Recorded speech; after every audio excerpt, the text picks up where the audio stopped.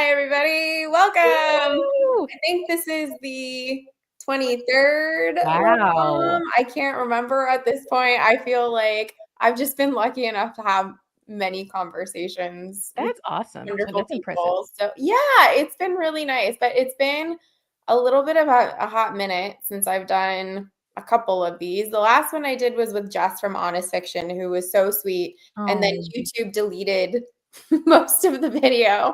So I YouTube ended up, deleted it? yeah, it was like this weird thing where it was like, you can edit your video. And then I clicked a button Oh, about it and it deleted 98% of the video. And I was left with a 2-minute clip. And I was like, this is not good. This is not good, guys. So I ended up having to get rid of it. But today, I'm not going to touch it on the back end.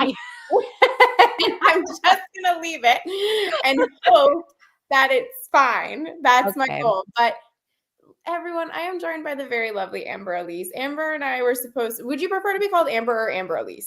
Laura, whatever you want, I am fine. Whatever is most Okay. comfortable for you, I am good. So we were supposed to have our chat a couple months ago, but life was lifing. Life was life. And we were like, you know what? We could do this another time and it'll be just as good. And we'll both be more human and present for that conversation. I do feel more human. So I think we're both in like a much It was a good Yes. call. Yeah. I mean, that's the thing. Like, I felt so awkward booking things at the end of the year because it's just that time. And like, I'm not someone who goes to a lot of holiday things. Like, I Mhm. live in the middle of nowhere and we have no family around. So I'm like, we're pretty much open, but I know other people aren't the same way a lot of the time. You know what's weird? It's like during the holidays, there is more free time. Nice to Yeah. meet you, Derry. There is more free time, but then it's like the random holiday things and I'm not super into like the parties and the get-togethers, but like Yeah. it's like the random stuff that comes Yeah. along. Exactly. And you're just like, okay. And then you realize you've overbooked. And That then you think, well, I can make it all work. And then you have a meltdown thinking, I cannot make this all work. yeah. Well, that's a good thing though. We're on the same page We in that are, way. I think we which is both get it. Yeah. exactly, we do. So I came across your page or your channel because Murphy.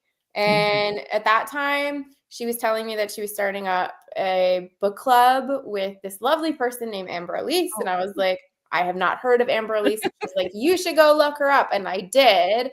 And I was like, oh my God, she's got like major Murphy energy too. Like they're both like so positive and happy and just a total vibe for YouTube, which I love. So, and I didn't realize this, but you have two channels. I don't know if you're still actively updating both, but you have in theory two channels. Well, first of all, thank you for that introduction. And I Pleasure. love Murphy.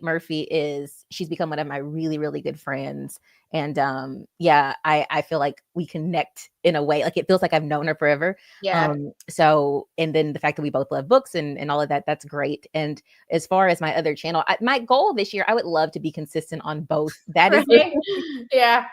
that is the goal. I am semi-active on it. I started another manga series. Hopefully I Ooh. can continue it, Yeah.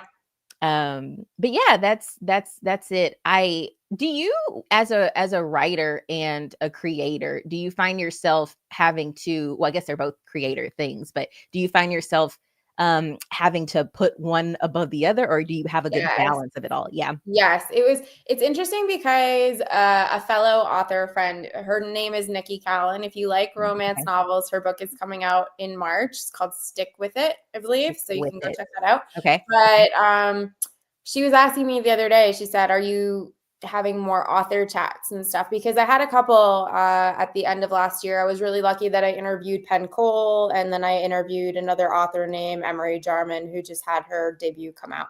And I was like, I would love to, Yeah. but I don't have the mental fortitude to do that right now. Like marketing as an indie author is a full-time job. It is an absolute full-time job. And then on top of it, I am working on book 2 and I'm trying to prioritize that. And it's really hard, I feel like, for myself because I've tried to keep my YouTube page a rather positive space. Like Mhm. you'll never find me really ragging on a book. That's just never really been my vibe. Like I have Yeah. opinions on books for sure. And like people hear about them, but it's not ones that I'm yelling into the void where I got people you. like, you know. Mhm. Um, and I have found that that's become increasingly more difficult even to review books and critique books. I'm like, this is really uncomfortable as someone who's hoping to enter this space. So I really haven't made much content in the last little bit because I've been fortunate in that most of what I've read, I've really enjoyed recently. But I'm like, I feel like I'm crossing a boundary here and I don't know where I fit anymore. And it just feels like ambiguously awkward in both sides. No, I get that, and it's relatively new, like, the because your book is coming out right now, and I think Yeah. over time, you'll find that balance. Yeah, I think so. It's just it's also fresh and exciting, so I get that. Yeah, I think you will, though, for sure. yeah, And I I think in know the long certain authors, like author friends of mine, like Tori, from Tori Talks, Tori Tech, and like she still does reviewing beautifully and things like that, and is, very open with her writing and yeah, everything. So there's definitely space for it. I am just an awkward individual that I'm like, I find it great for other people and terrifying for myself. I get it, I get it. Yeah, it is navigating positive reviews, but also wanting to be honest with what Yes. you're Exactly, and that's the thing where, like, I started doing this thing with my wrap-ups where, like, I think it was pretty clear which books I loved because I would talk about those ones for several minutes, and then I would be like, "And I also read so and so," and moving on, and that was, like, all I would really say, and I was like, "Oh, this is so cringe," but it ended up being okay, I guess. No, yeah. I think what I think I'm gonna be doing is more so putting everything together. Like, instead of having one specific I don't like these books, I love these books, like start Mhm. combining it so that way it's like a mixture. Cause I did that once. I think I did the books I hated or most disappointed books on my other channel. I can't remember years ago. And I was like, it's not bad because I love watching those videos, if I'm being Right. completely honest, like, because I learn a lot. But me Yeah. personally, I'm like, but it could also be the writer part too. Now that I'm finally getting focused, maybe Yeah. there's a part of me that's like, you get a different kind of understanding. You do. It's so true. And we've really gone off like normal scripture for how I start this, but I'm totally fine with where this is going. But it's one of those things that I was talking to someone about this. It was my therapist. That's who it was. Because I was saying like, Mm, big advocate of therapy, y'all. Like everyone should go to therapy. I love that. I was saying, it's one of those things that I feel people can get very opinionated on their high horse and just critical. And I'm like, it's like those people at the museum that point at a masterpiece and they're like, well, I could do that. And I'm like, well, then do Mhm. it, That's a And like good correlation. that's me. I am the person that I'm like, then prove it and go do it. And that's how I felt with writing my book. I was like, oh my God, this is so hard. Oh, It's it's a just, oh, completely different experience, like, it you see is. It's everything. Mhm, wild. And like while I'm in the process of writing book 2 now, I'm having to remind myself because I've been in editing mode for the mhm. last several months that I'm like, your first draft is terrible and that's okay. Like That is okay. it's meant to be terrible. Just get the ideas out on the paper and then we'll get to this eventually and it'll sound decent. But like it's that weird process of going through writing a book. And I mean, it's the same way of creating any art. There's a multitude of ways to approach it, right? Mhm. Like some people are drafters, some people are pantsers with their writing. There's no right or wrong way, but whatever way you're doing is hard. Yeah. Like writing is something, again, like all art that I feel with each pass you do, you should be getting better at. It's a craft that you improve on if you're doing it correctly. So it's not an easy thing to do. And I think a lot of the time, we forget that as consumers of art Yeah. and we just come at it from a critical lens and go, well, Mhm. these are the things that didn't work for me, as opposed to looking at it from the creator lens and being like, what were the foundational blocks to building this? Do I appreciate it and value it a little bit more? Does that change my perspective on things? But sometimes it's yes, sometimes it's no. But sometimes people don't think about it at all. So it's complicated. It is, because then there's a whole side of those videos and reviews have helped me decide, oh, that book, I probably won't like it. I'm Yeah, probably not gonna be that into it. Therapy is agreed. Yeah. yes. And so, and the Yeah, same. I am the exact same. I'm like, that would look great if I did it with the stick people I could draw. So, uh, um, yeah, same. But so you have this weird thing of like it's necessary, because even when the time comes and I can finally complete this book, I don't see me getting, and it's different, I guess, when you're actually living it. I yeah. don't see me getting too upset if somebody is very critical about the book that I write. I Like, don't know. It's gonna be interesting, right? yeah, like I feel like I like constructive criticism. So there's not a lot Mhm. that like gets me in that way. I think it'll be like the extra, people tend to get personal with critique sometimes. Oh And I think yeah. that's more, but even then, if you know that's not accurate, I don't think it would bother, you know what I mean? If it's Yeah, not true. it's hard. I mean, this is something that I've talked to a few friends with, like, you've done higher education, so Mhm, I know that about you. I mhm. myself have gone through higher education, and Yes. part of my graduate program was openly critiquing people.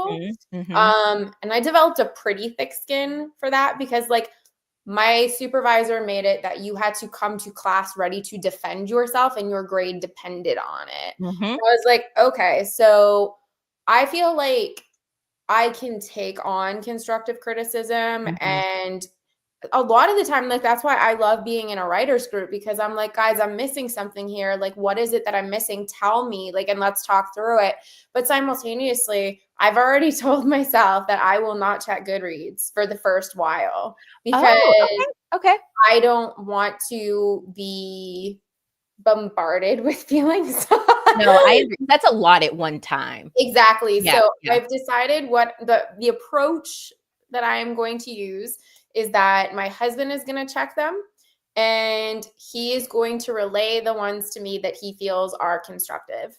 And that will be our system, because otherwise I am a hyper focused obsessive human being. I will analyze every single comment and be like, is that right? Is that right? Is that right? And then, like, look to see how it connects.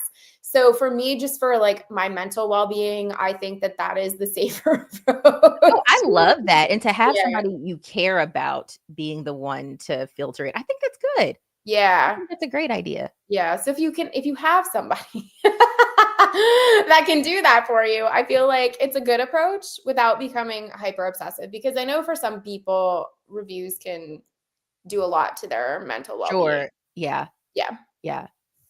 No, I get that, and my apologies for steering this off course, Oh, but you are so you're fine. Don't you're even worry about it. I find this whole process fascinating, I so do too, and we will talk about it more because I want to talk about your writing. But before we do, I am going to ask you the question that I do ask almost everybody. What yay. have you been reading recently, or what have you read recently that you have been loving or loved? Well, something that, and I wanted to ask you if you've read this. I actually have been getting into The Cruel Prince. I have read it. You have? I have, yeah. I have slept on this book, Mhm. and I'm so upset that it took me so long to read it because it is so good. I'm loving it. I'm loving Mhm. it. So that's it. And then I'm kind of in my Brandon Sanderson era. So I'm You navigating are, yeah. I was gonna say, one of the things that I love about you is that you, like me, aren't really limited to a genre box. No, no. And yeah, you're a widespread fantasy reader and a widespread reader in general, which is one of the things that I love so much, because I feel like when I started reading romantasy, I was like, where are my people that read epic fantasy and still love ACOTAR? These people must exist. It's not just me. So when I saw you having your ACOTAR chat, I was like, we've arrived. Like, I'm here. No, I love that about you as well. The fact that you and well, you've actually written one at this point, but the fact that you can tune in because it's fun. And I think Oh, it's so good. yes, I used to be like high school for sure, heavy, heavy romance. Mm, And then I kept trying to do it because I still thought I was into it, but I kind of disconnected. Romantasy, romantasy was such a good way to still get that, but give me more yes. oomph. Because a lot of romance books, they kind of, you have friends to lovers and enemies to lovers. They all kind of in the same way. Yep, they And are. yes, so the romanticy gives you that, but with like all this extra stuff. Like your Oh, book yeah, has paid it's trials. so good. Like what? It's so good. And this is exactly it. Like, I try to explain this to people where I'm like, guys, all the things you love about fantasy are there. You Mhm. just amp up the relationships and it's perfect. Like, it's so good. I don't know. For me, it's been really interesting because I've been really reflective of my reading journey in the last couple years, really since starting my YouTube channel and Yeah. thinking, what were the books that made me want to read fantasy? And I never was a romance reader, like straight romance. I Oh. never read straight romance, but I did read paranormal romance in my teens. And I Ooh. was like, I kind of forgot about that. Like, I had blurted that out of my brain and I was just like, oh yeah, I read that whole it became a show. It was the True Blood series, but the book series was the Suki Stackhouse Louisiana Vampire series. And I loved that as a teenager. And I Yeah. feel like romantasy is basically me going back to like my 14-year-old self and being like, girl, we're here. Like, we are thriving now. Like, we are allowed to like the things that we like. Yeah. And it's been a really interesting experience in the sense that outwardly, when I started my channel, I wanted to be taken very seriously because I was a female creator and I was creating in a fantasy space, which historically is a male dominated area. So I was Mhm. like, well, I can only talk about epic fantasy or grimdark fantasy. And then when I read Fourth Wing and ACOTAR, I was like, we have a problem. I was like, I want to tell everybody about this. Like, have y'all been sleeping on this like I was? Because guys, it is popcorn for my brain. I love it. Well, I'm so glad you felt that. Like, you're like, you know what? I like this and I want to talk about it because that's a part of it. I think sometime, and that could be why I always have struggles with uploading because, like, there's Yeah, times where I know what would work. And then there's times like, I just want to read The Cruel Prince I or, know. Right? and so Yeah. I'm fine. And then I think it just comes down to what you're saying. And I think going into this year, that's more of where I'm at. I'm just going to do what I want to do. And there's what I like about creating and specifically book content is that I just love the aspect of stories and reading. And Mhm. so I want to talk about those and keep that in my frame of mind as opposed to like, I must talk about this thing that's so, whatever. Cause sometimes I'm just not feeling that. I Um, completely get that. I've had a couple of videos where I've picked a specific topic and I've discussed it. Like, I did one really early on, and it was almost like a little video essay for me, which was talking about death as a character in fantasy. And I was like, this for me is fun yeah. because it's different. But simultaneously, like, I did a video where I just got on and gushed about ACOTAR. And I was like, guys, like, new favorite series, gotta talk about it because my husband's tired of listening to me spew off about this book. So it's your turn. And it's sometimes really just fun It to is sit fun. down and like rant your joy at yourself, basically.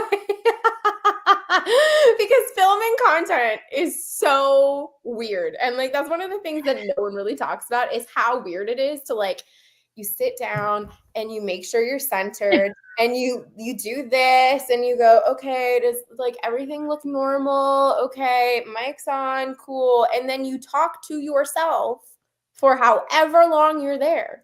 You see, yes.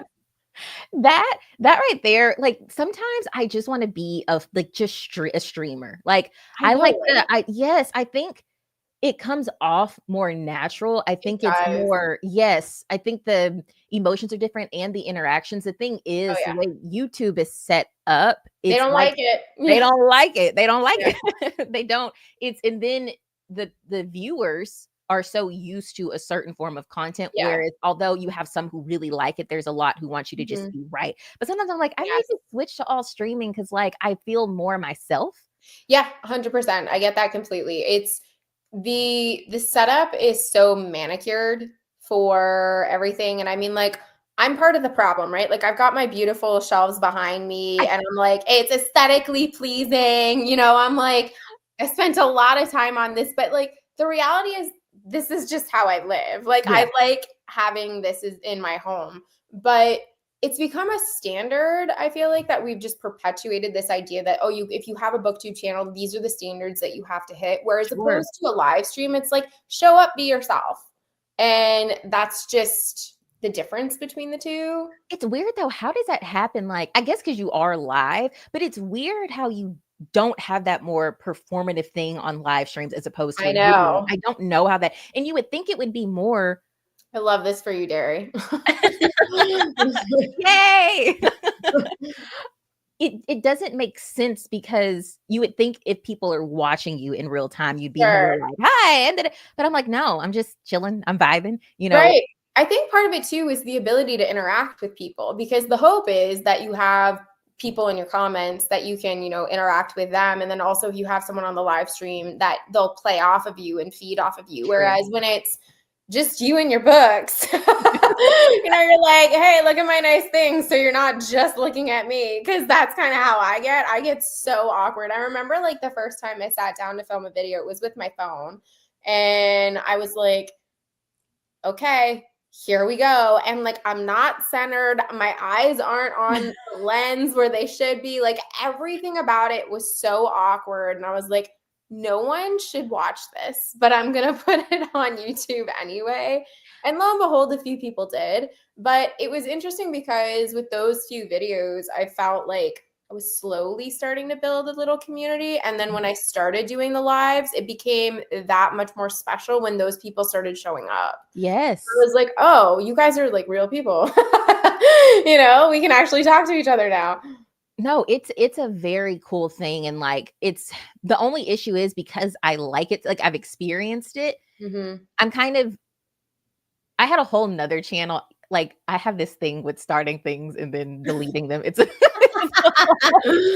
whole thing. And last year, it really helped me to just be a lot more chill with my content. Yeah. And then I was like, it's not really what I want to focus on at the moment, the direction of that channel. So I came back to my other two channels and I realized when it comes to filming, it was more so like when I started The Way of Kings, I'm like, I'm not going to film if I don't feel authentically myself. And I know that's bad in a way because it's like, well, you're not going to be consistent, but I'm trying to work. I want to present myself as me on that the is camera. being consistent in a different way.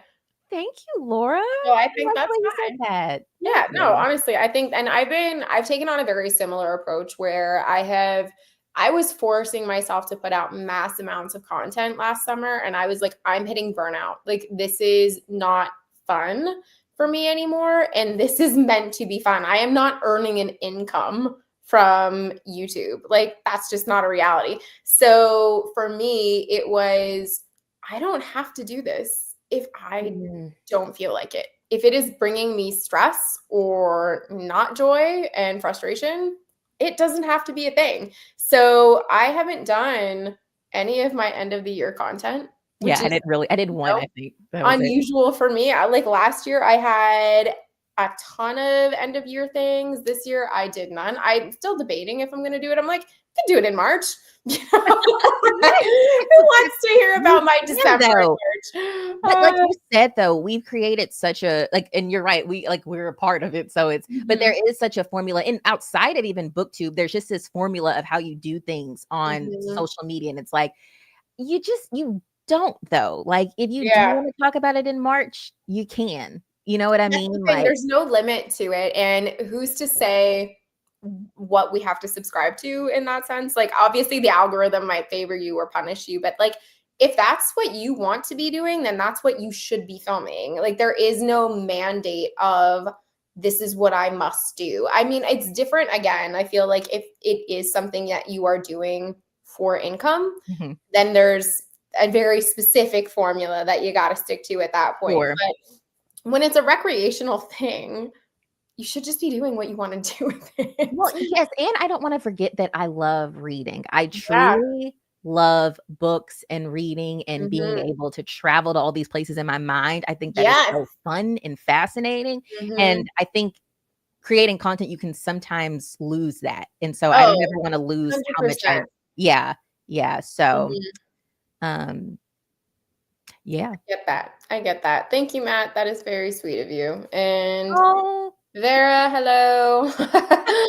Another icon. I have seen, I've never even watched read the Witcher books, but she has me like ready. Oh, I'm like, I yeah, you used just made to, her whole life. That is her thing. Is she loves it. Yeah, I'm seeing you. thank you, Wera. I Yeah. appreciate that. Hey, Brian. Yeah, I mean, that's kind of, I mean, she's a good point. Like she talks about the things that she loves. Yes, exactly. And I've been seeing on YouTube in general, like outside of BookTube and whatever else, that a lot of people are getting back to that old school YouTube of just picking, and I am obsessed with it. I love just seeing people they don't have crazy thumbnails. And don't get me wrong, I like thumbnails. I really do. Yeah. I like making them. They're fun. But just seeing people just have like a screenshot of them and then they're just talking about Oh, whatever. And it's I so love much it. easier. Oh my gosh, as opposed to sitting there and making a whole thumbnail. Like I'm so over making graphics for marketing that I'm like, if I never have to make a thumbnail again, I will be so happy. If I never have to make an image again, I'll be thrilled. Like I'm just at my absolute limit with it, but I used to find making thumbnails very enjoyable. But it's been a hot minute since I felt that way. No, I get it. I get it. And I hope I'm not sounding like I don't like YouTube because I No, do. I I honestly, truly I love don't it. think that's the vibe at all. I do think though that it's nice to take moments to reflect on Sure. what you're creating and see what's working for you and what's not working, and then decide how to go forward from there. I think that's healthy, honestly. I think that's approach that we should take for most things in our lives, but sometimes we forget. Well, yeah, and I think too, it's becoming like the older I get, I'm just like, I have to start being more honest with myself because the way I feel like the millennial culture is like we kind of just do stuff. We just do it Yeah, we hope and the best. yes, and now I'm like, you know what? I don't know if I like this. I don't know if I want to do this. Oh, I love this, so let me do that. And Mhm. it's just kind of being real with myself in a lot of ways. So Yeah, for real. Yes, I have been on the grind and I'm so tired. He's got many more months to go. Oh my gosh, many more. So, how did you come about YouTube in the first place? Like, what made you sit down and say, "Yep, gonna start recording and press play on that"? well, I years ago, I got hooked into when I was 18, um, because of do you know who Juicy Sorrow 7 is? No, I do not. She was this she did beauty and makeup and all this stuff. I loved her channel. Okay, And back then I made a channel. I knew nothing about makeup. I like that's grabbed my awesome. mom's makeup stuff. I loved makeup, so I I knew love what it that. was, but Mhm. I didn't really. And then I taught dance, like ballet and jazz at a dance studio. And so Ooh. I would teach that and I would use that money to go buy makeup and stuff like I that. love that. So you danced. I also danced. You did So what? I did. So that's exciting. I love it. Do you Yeah, miss it or do you still do it? Because I want to get back into it. Just like, I don't live near a dance studio, which is one of the things that it hurts my heart quite a bit. I've tried doing Zumba to like fill that void in my heart, and I was like, this is not the same. Like, oh, that was me at bar. What is it called? The bar ballet. yeah, Like, yeah. I get it if you're trying to look defined. I thought it was gonna be they don't even have, like, a lot of the girls are fit and, Oh, they like, they are. look Yeah, really good, but a lot of them aren't even trained in ballet, so it's like, yeah. I understand what that's Yeah, like. I didn't do ballet as long. I did it for a few years, and then I did jazz for a couple years, and then I did hip hop for the longest. I loved hip hop. Like that for me was Okay, Laura, my heart. Yeah, I did it for about I 10 years, so I loved it. this Laura lore, I'm obsessed with it. Okay. Right? Yeah. Yes. But yeah, I love dance and I'm so excited. My daughter is turning 3 in June, and that's when the ballet school allows kids to start. So I'm like, it's Yeah. happening. Yeah, I'm so excited. I've already planned this whole thing. I'm like, she's gonna start in September, just gonna get her tutu. It's gonna be great. That is So awesome. yeah, I love it. Oh, well, that's something else we have in common, and Right? I'm glad your daughter's gonna get to experience that. Yeah. I didn't start until I was much older, though. Oh, I really? did taekwondo That's from awesome.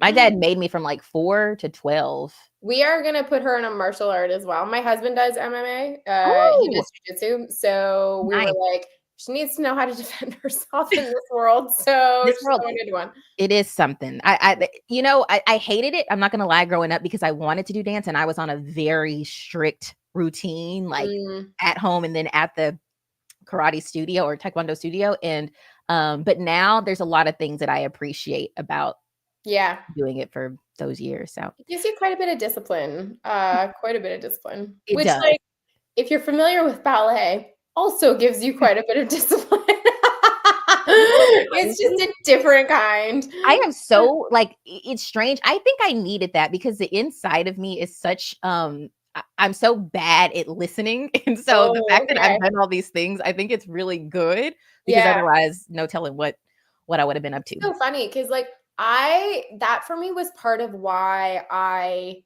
jettisoned into hip hop because it was so freeing and Mm. ballet was so regimented. Yeah. And I was like, I cannot do this anymore. Like, it's first position, second position, third position, fifth position. I was like, I get it. There's a lot of positions and we don't deviate from the position. Like, that's how it works. And I mean, looking at it now as an adult, I'm like, I love ballet. It's beautiful. I think it offers a lot of really wonderful things. I do not have the body type for ballet at all. I didn't either. Yeah, so, like, that would have been really awkward, I feel like, had I continued on with it, into my later teens, like, that just would not have been a good time for me. But hip hop, it was like, "Just move your body," and I was like, "This is great." That is so funny because I was the opposite. I loved ballet and hip hop. I was like, I did like hip hop. It just it Mhm, didn't come natural to me. Like mhm. and ballet didn't either, but I loved the growth. Like you get Yeah. your developpe a little higher, you get your turn because my turnout was horrible. You were you do all, you turn your foot out a little bit more. So it's like I love that aspect of it, but I Mhm. think about it now, like I as an adult, I would love to take some hip hop classes just to do it, just to let It's loose. so fun. I loved it. Honestly, for me, the big thing, I loved the music for hip hop. Like, I am a 90s, 2000s rap girl. Like, Okay. I love it. So I was like, hip hop for me is my place where I can just listen to my music and I can move my body how I want to move my body. But when I stopped ballet, I was doing synchronized swimming. So Laura, I'm finding out all these things about I you. I know, love right? it. So I still had that in my life in a way because that is hyper regimented. It's the same sort of structure in that, like, you have to be very flexible in order to, like, do certain things in the water and all Yeah. that kind of stuff, which is very much like ballet. Mhm. You're putting your body through the ringer basically in the hopes that the final product is beautiful. And, most of the time it is. But I was able to kind of maintain both aspects in my life. But hip hop for me was just such a freeing experience that I still love it. Like, anytime if Missy Elliott comes on my TV, I'm like, we're here. Like, I'm Okay, like, as Laura. soon as Laura is it's my jam. It's my jam. So, and, like, I'm trying so hard. When I was pregnant, I played Outcast to my belly for, like, months on end. I was like, just come out liking Outcast and we'll be good. I think you may have accomplished that. I think there's a big probability of that So being a thing. far, she's been okay. She's been okay. So we're getting there. We're getting there slowly. Well, I feel bad because I feel like I have you talking about everything but books. It's So okay. Honestly, love bombs are whatever we love. That's the whole thing. oh, okay, good. Very good. Well, Mhm. do you like since you were very active and doing different things growing up, do you read a lot of books involving sports or competition? Because I noticed as much as I did that and I competed in things, I don't like reading books about that. I don't know why. Typically, no, I do Yeah. not. Will say, though, we talked about this a little bit earlier. I never read romance, like straight romance, but I Yeah. have started reading romance novels and now I'm obsessed. And I read this series last month that, like, I freaking loved by Becca Mack, and it's a hockey Becca romance. Mack. Okay, I'm gonna look that up. Yeah, and never would have thought in my life that hockey romance would be something that I would be like, guys, go pick up these books. But it's one of those things that, because it was so almost secondary to the plot, that I didn't really mind it. And it was Okay. more just like they were teammates type thing. And I was like, cool, this is fine. But I don't want to read about actual like sporting events and stuff. And I had to, one of my friends who wrote a romance, she's like, I asked her for a recommendation. She's like, well, this one's a baseball romance. And I was like, no. Like, I've drawn my line and this is it. I can do hockey and hockey only.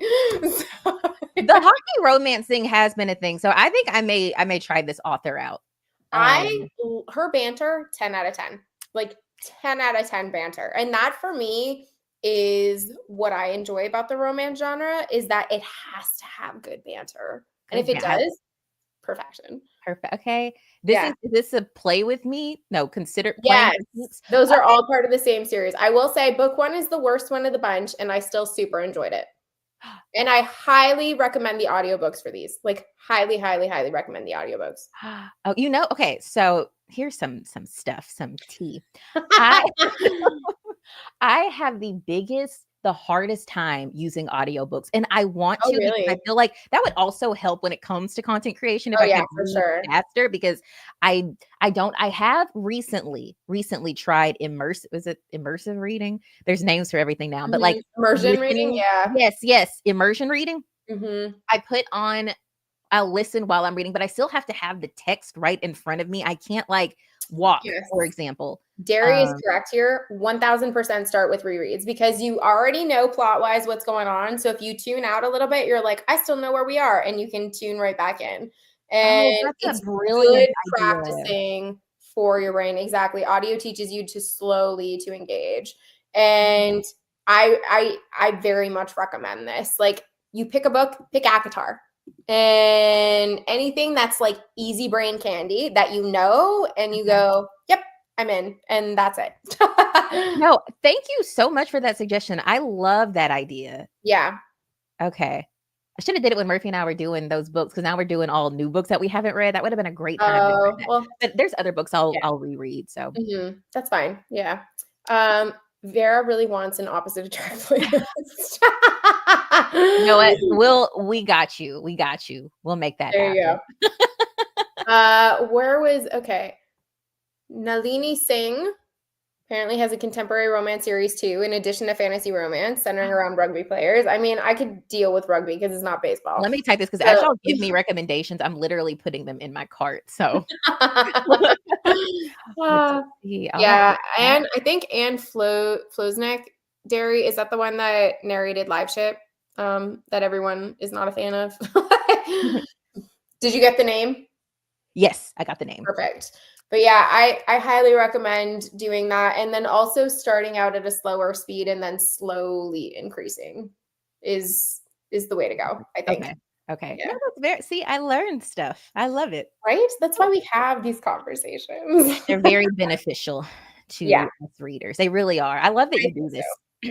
Yeah, I honestly, I was thinking about it today. I was like, I haven't done really many of these, and I don't have anyone lined up for a little while. So I was like, I don't know if I'll take a break or if I'll do more, and I'll kind of just see. But then every time I talk to someone, I'm reminded how much I enjoy speaking to people. I think that's how it always is. I'm a lot more, I'm not shy, but I'm more introverted as far as like, I like to do things by myself. I'm not super like, yes. So not us. I was down and excited for us to do this, but a lot of times when I have to do any kind of speaking engagement or go do something, I'm like, all right. But then when I do it, I'm like, oh, people, that's great. That's kind of cool. Yeah, exactly. I'm very much an ambivert. I've realized that I can do well in group settings and outward activities, but I've got like a set time limit that I'm like, and we're tapped. That is okay. Maybe I'm that too. Maybe that's how I describe myself. Like, that's honestly, it's just, I feel like the older I've gotten, the more I need to recharge from social settings. And I'm like, it's fine. That's okay. And part of I said earlier, we live in the middle of nowhere. Before that, we lived in the suburbs, and I did not thrive there because I felt pressure every single time our neighbors were gathering outside to go socialize. Whereas my husband was really great at setting the boundary. He's like, I don't want to go outside, so I'm not going. And I was like, well, it's rude if we don't go. And he was like, it's fine. And like my inner Canadian was like, we can't be rude. So I was like, yeah. And I became so emotionally exhausted Yeah. because I was just like, I was at work all day. I'm tired. I have papers to go grade, and I'm outside talking to people that I don't need to be talking to right now. Okay. And then when we moved, I remember after a few months looking at my husband being like, I'm so much more relaxed. Yes. Remember when I told you that I moved and Yeah, I you like, I did. loved it because I have been since I was 22 in big cities. Mhm. And I think I wrote to you that I'm a little outside of I guess some people wouldn't consider this. It's still a lot, but compared to where I was, I Yeah. just needed something. I couldn't do it anymore. Mhm. So I completely get that, and I feel Mhm. much better. Were you able to keep your same job as you moved? So I voluntarily left the last law firm I was at. Okay. I didn't wake up. I had a moment and I was like, I think That's waking up. I'm I am currently working on some stuff. Hopefully I can discuss it soon to work for myself because I can't. That's great. It's not. I never loved law school in the first place, but I Yep. was like, I gave it like 6, 7 years of practicing. And I was like, one day I was just like, I'm good. And I Yeah. put in my notice. Yeah. And I was like, I Bye. didn't go in for it. Yeah, that's exactly it. I get that so much. Yeah, I need some time to not do that and Yeah. try some other things I've been wanting to do and then maybe go back into law. And then I would do a completely different area. I would never go back to what I was doing. So, Yeah, my and then husband is an attorney, I didn't so know that. Okay. I get it. He has never worked for a firm though. He does different stuff. Yeah. But all of our friends at some point or another that graduated with him all worked at firms. And I was like, this is miserable. Because when I met him, going into a fun tangential story right now. I I was love it. 19 when I met my husband, but he is a few years older than me and had already finished law school. Okay. And I was beginning my undergraduate degree in Canada. He lived in Philadelphia and we were friends. And when I finished my undergraduate degree, by that time we were dating. And I was like, well, I think I might apply to law school because initially my plan was growing up to either go into academia or law. Like those Oh, were the okay. two options. And for what I studied, which was ancient history, it's like shockingly a very common pathway into law. So I was like, well, okay, I love the idea of divorcing people. Let's do that. Like, like that family law sounds great. And I then saw how miserable all of his friends were. And I was like, I'm never applying to law school. Like, this looks terrible. And it completely swayed my decision from going to law No, school. honestly, and if anybody ever wants to be an attorney, go for it. Like I Good try on you. not to be, Yeah, good on you, but but it for wasn't me, for me. and usually in family law, I did one family law trial. I was like, It's never in my brutal. life will It's I brutal. touch this again. I Yeah. was like, yeah, family law was not for me. Most of it is not for me. Uh, But I'm grateful for a lot of things and opportunities it gave me. And, mhm. I like to say that. But overall, I just don't think I'm a good employee. I don't think that's my journey. I can honestly say the exact same thing for myself because I have worked for myself for the last 5 years, and it is really hard, but it is so much better depending on your personality type. I was a teacher for a while and I hated it. I was not suited to it at all. I love kids. Like I loved working with kids, and I worked with kids with dyslexia. So like reading is obviously like a big thing for me, and I wanted to share that with them. And like seeing a kid have something click is one of the coolest experiences of my life. Like it is just, it's like being a parent, like watching your kid do something for the first time, but you get to watch like 30 kids do it Oh, eventually. Hopefully it's yeah. great. But teaching was killing me.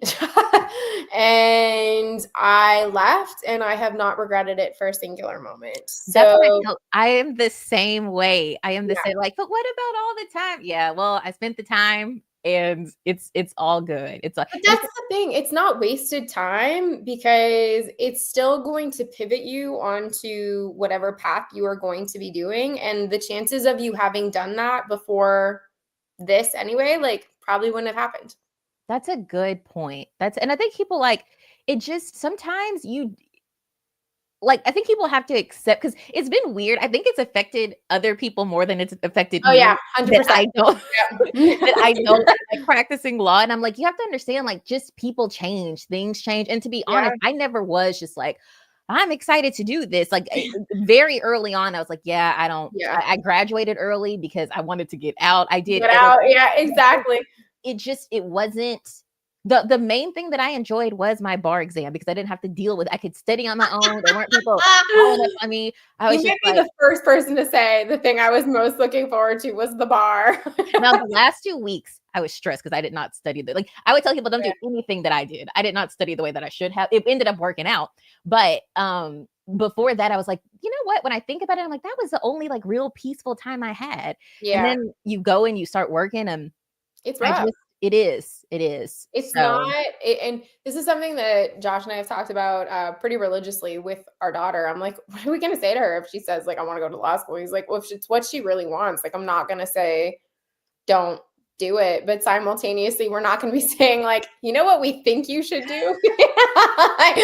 Yeah, so it's gonna be this fine line that we're walking of just like you do you, babe, but simultaneously, please don't make it be law school. I don't know. I know, So that's what I tell people, I'm like, "Just take some time to think." yeah. When I was growing up, it was so much like, you go through all these different little trajectories, and then you go the and I just tell people, "It's okay to breathe." Now, if you know what you want I knew people in law school who Yeah. they knew that's what they Oh, wanted, yeah, okay? same. And they're crushing it, and they're killing it, and then others who thought that's what they wanted, and they're like, "Yeah." I Mhm. remember I met this guy, he went to medical school, and then he went to one of the top medical schools in the US, and then he was like, "I don't like this." And then he switched to law school, whereas I knew people who were in law school, they didn't like it, they went to medical school. And Or that's some okay. exactly, Yeah, exactly. So, it's just I don't tell people don't do it because it may be what you wanna do, but I yeah, say just think about it. There's no like, I rushed everything, and I'm like, "It's okay to just take think." your time. Mhm. Yeah, I get that completely. We have a friend who, like, if if the law was a person, like, it would be this friend, and he's in JAG, like, he's constantly getting promoted, and I'm just like, "This is who is meant to be a lawyer," and then I like, and then I look at other people, and I'm like, "How'd you get here?" Like, this is a journey that we can talk about because I am very interested, but it's funny what resonates for people, and what resonates for you when you're 22 is not necessarily what's going to resonate for you when you're 30, 40. Exactly. It can change, we evolve, and that's natural. And I think it's unfortunate when you are locked into a profession that does require such extensive further That's the part. education, Mhm. but simultaneously that shouldn't mean that you are beholden to that thing forever. Like, Exactly. your well-being should still take precedent in my opinion. So, yeah. And sometimes you need space, like, it's like you said, since it's so involved, like, you do so much for so many years, sometimes it's like, Mhm. maybe in 5 years, I'll do it. I still think I'll have my own practice Yes. because I think I've lived enough of that other stuff. But, yeah, that's Yeah. that I'm it's nice talking to somebody who understands, like, or you've experienced it being a teacher because that's still a curriculum that you had to follow, and it's in steps you Oh, have I to hated take, it. and I hated it so much. And part of it was that because I was coming from academia where I taught at the collegiate level and Mhm, it was much more free. Like yeah. and I was talking to 18 to 25-year-olds as adults. I was like, we're talking about mature themes in the literature that we're reading. And I would be very blunt with them. I was like, come to class and do your shit, and then you'll get a good grade. Whereas I can't say that to a sixth grader. So, I'm looking at sixth graders and being like, you and I are in the wrong place. Like, I don't know how we ended up here. But simultaneously, it was such a weird learning experience for myself because it was a complete change of pace. Yeah. And middle school teachers deserve millions of dollars. Oh Honestly, my God. it's insane that teachers aren't given at the very least a start of six figures. I Oh can't my God. I fathom. know. I know. And like middle school is this entity where like you show up every day and you think, are we going to make it through today? Like, Yeah. it's just, I had so many kids on the precipice of going through puberty and just the hormones were raging every single second of the day. And I was like, you all have zero control over anything right now. Like, it was just one of those things where I was just like watching a person like combust in on themselves. And I was like, how can I help you, like, and teach you at the same time? So it was a really interesting journey. It afforded me so much privilege in learning how that age group works Yeah. that I hope I can implement some of that knowledge when my daughter becomes that age. Definitely. Yeah. Yeah. But not for me. just not for me. I wholeheartedly relate. And again, I really hope I don't sound negative. I'm just like, No, I honestly, like I've I met don't like think it's that way at all. okay, good. Because like I said, I've met so many, like I'm in like there's so many attorneys that I've met and I think they're awesome and doctors and Mhm. teachers and they were meant to do it. That's what I'm saying. If Oh, you yeah. think it's meant for you, do it. Cause like they're really helping people and saving Yep. lives and changing lives. So I'm all for it. For Yeah. me, it was whatever. But I do love when I see people passionate about anything that they're doing. And then Oh, those yeah. fields where they can really help people. I'm like, if you love Exactly. it, please, we need strong, good, smart people in those areas. Exactly. It's great. And I think that's part of if you can find what sparks that joy for you, then that's the best. But do you think you use this time to write a bit more maybe? Is Oh, that gonna be a that thing? that is 100% the goal this year. Like I'm Yes. really trying to space out my days and get this done. It's they don't tell you that when you're writing, there's all these little parts I just want to skip. I'm Oh, like all yeah. these like random, like those moments, those transition moments, those still moments. Like I don't know if I can get through this, but yes, I'm definitely taking time to do things I enjoy and get back into that because writing is so fun. Like it's It so fun. is. It is Um, fun. it's frustrating because I always have like I'll get it. I told you that when we were like chatting one day that like I'll get an idea that I have a new idea and I'm just like this one I'm like stick Oh, to yeah. it. Just Yeah. just finish it, Amber. Just It's finish it. so hard. It's so hard. I have an ideas folder with all of these started books. I started like 7 books last year. Okay, that makes me And feel really good because like yeah, sometimes I'm just like I just think I'm a mess. Like, why is there so much happening, but nothing is happening? sometimes I think it just there's that spark where it clicks. And that's how it was for me anyway. Like I've told this story a few times, but I had the idea for my world, for my book for the last 6 or 7 years. I was listening to a meditation app where it was this beautiful tribal drumming and I had a very clear vision of like this world show up in my head and I was like, "Great." Went home, I drew a map and was like, I'm Wow. committed to this idea. And then I wrote the first few chapters. And then I said to Josh, I was like, but what is the plot here? Like, I was like, I've got the world, I've got the magic, I've got names and zero purpose. So, what is the point of this book? And he was like, I don't know. You have to decide that. And I was like, okay, I'll come up with something. And every year I would write a few new chapters and I'd be like, maybe this is it. maybe this is the book.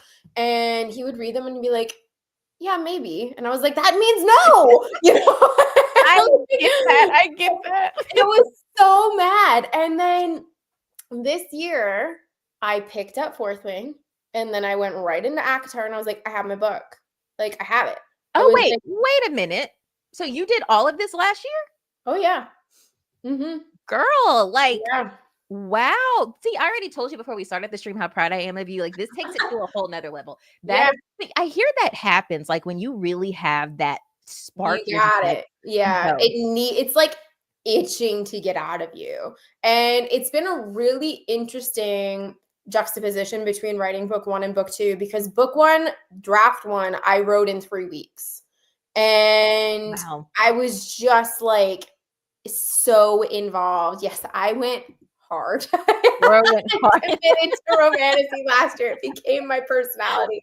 And we had childcare for a few weeks. I was like, I'm taking advantage and I'm doing it now. I'm writing it. And book 2 has been really just different because like book 1, I would sit down and I would churn out 10,000 words in a shot.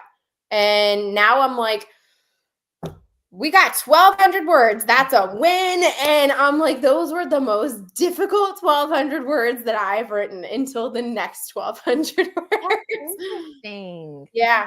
Okay. Well, I mean, the good thing is the first one's done. It is. But it is an interesting experience too, because when you feel like your book 1 isn't on a deadline, if you're like writing it independently and you're going to publish independently, and book 2 is on a deadline. Like if it's different, like it feels different where I'm like, no one else is putting that pressure on me. I'm putting that pressure on me, but it feels like it's got a deadline. And I'm like, we got to persevere and push. Well, I was going to ask you that, like, is that something you just set, or now is there like a whole, okay, cool. Yeah. So part of it is all the back end algorithm things for Amazon and KDP. Like KDP likes if you publish frequently, and it'll push you up in the algorithm if you're publishing fairly regularly.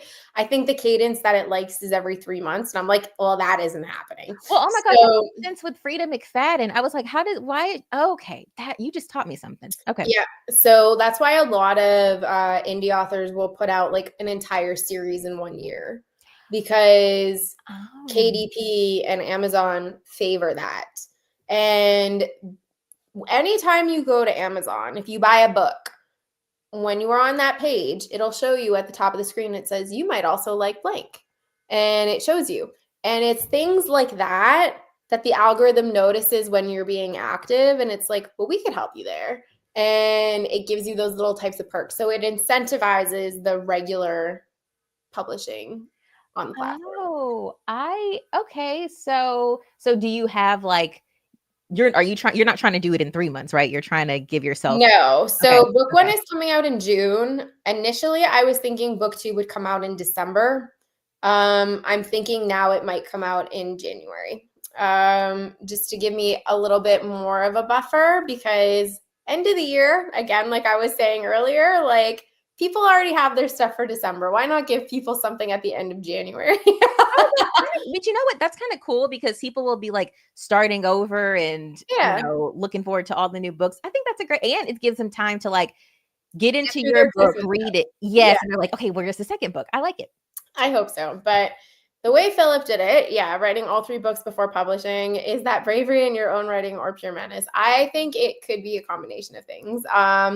I love that people can do this. I spoke to Penn Cole about this. Have you read Spark of the Everflame? Me? I don't know why I thought you were talking to. Okay. Yeah, no, you. I have not. No, I have not. You might like that. It's a romantasy, but you might like that one. But Spark of the what? Spark of the Everflame. Penn was saying for her, because she did that for the first couple books, that there are pros and cons to it. The con is that this book. Okay. Yeah. If people find major issues in your writing and your work, you can't improve it. Like it's because it's already just waiting to go. Whereas if you have more time between your books, you can look at the constructive criticism and the comments and try to work on your craft as you publish your series. So there are pros and cons to whichever way you decide to go about it. Oh, that does make sense. Yeah. Hmm. But That's what are you planning to write? So it's this is what's weird. It's literary fiction, I remember you saying that. Yeah. and it's oddly enough, it has a lot to do with stuff that I learned being an attorney that I didn't like. Fair.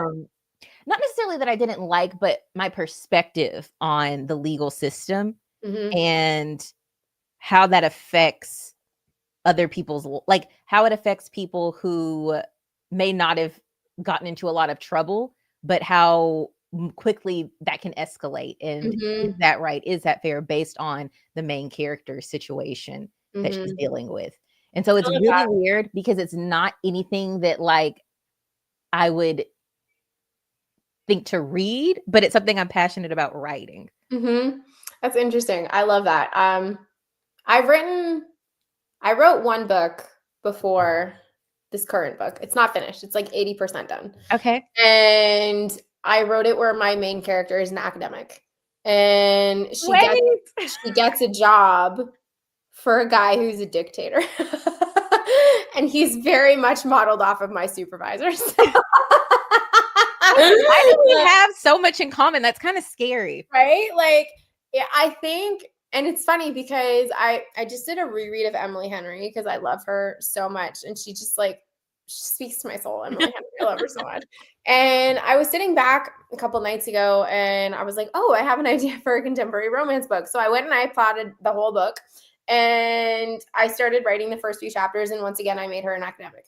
And I was like, I'm writing what I know. And I think a lot of the time we do that, like inadvertently. Oh, We lean into the stuff that we know because, for one thing, if you're an author, you're writing stuff, a lot of the time you have to research things, and it's easier if you just don't have to research it because you're already writing about what you know. So, yeah. I think yeah. you're, and I guess if that took up all of my 20s, it's like that Yep. is just, but to your point, I now have recently thought of a new idea and it is a fantasy book.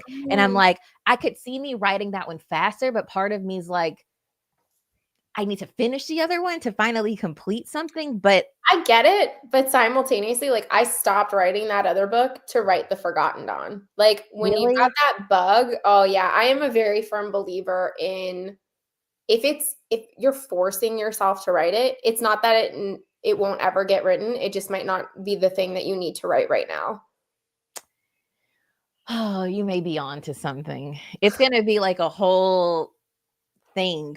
But I think, and it's funny you saying though that you started off like kind of writing about what you know, then you finally Mhm. got because it's not like I don't want to write like books about the law, like fiction books about the law. Like I think Sure. John Grisham is an awesome writer. He was Yes, an yeah. attorney and writes books, but that's not really what I want to do. But I was seeing that like, oh, I'm kind of doing that. Yeah. So maybe you're right. Maybe focusing on the fantasy book would, and then get to that later, and then maybe do Mhm. that, but don't make it the priority. That's a thought.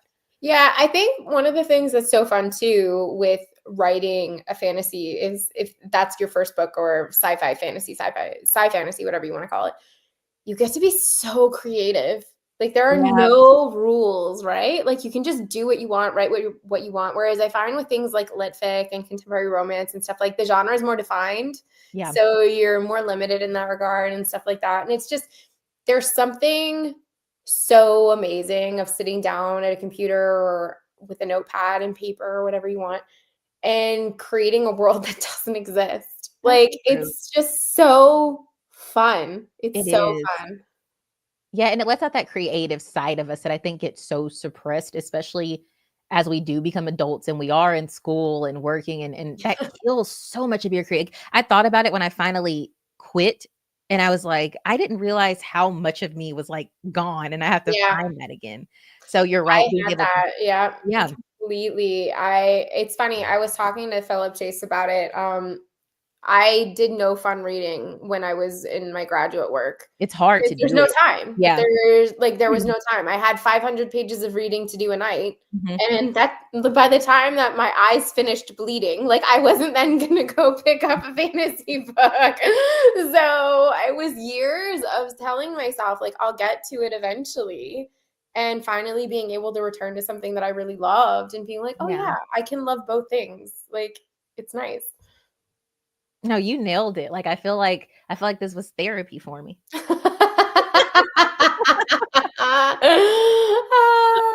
So you started your Sanderson journey. I did start my center. Never did I think that I was gonna be into the Stormlight Archive. You couldn't have Mhm. paid me to read that book a couple of years ago. And then I read Tress, and I was like, "Okay, it's not my favorite thing in the world, but I do enjoy his writing style, and Yeah. he's the world he created." I found it especially the last couple of chapters, I was like, "Oh, this is good." Mhm. And then I tried Mistborn, could not get into Mistborn. I tried it 3 times. Interesting. Okay. I know, and then my brother read The Way of Kings, and first of all, I'm not gonna let him read something that I don't read, Of and course. exactly, and second of all, he really and his best friend and a lot of people were telling me, like, "I think you may like it if you didn't like Mistborn," and I was like, "Okay."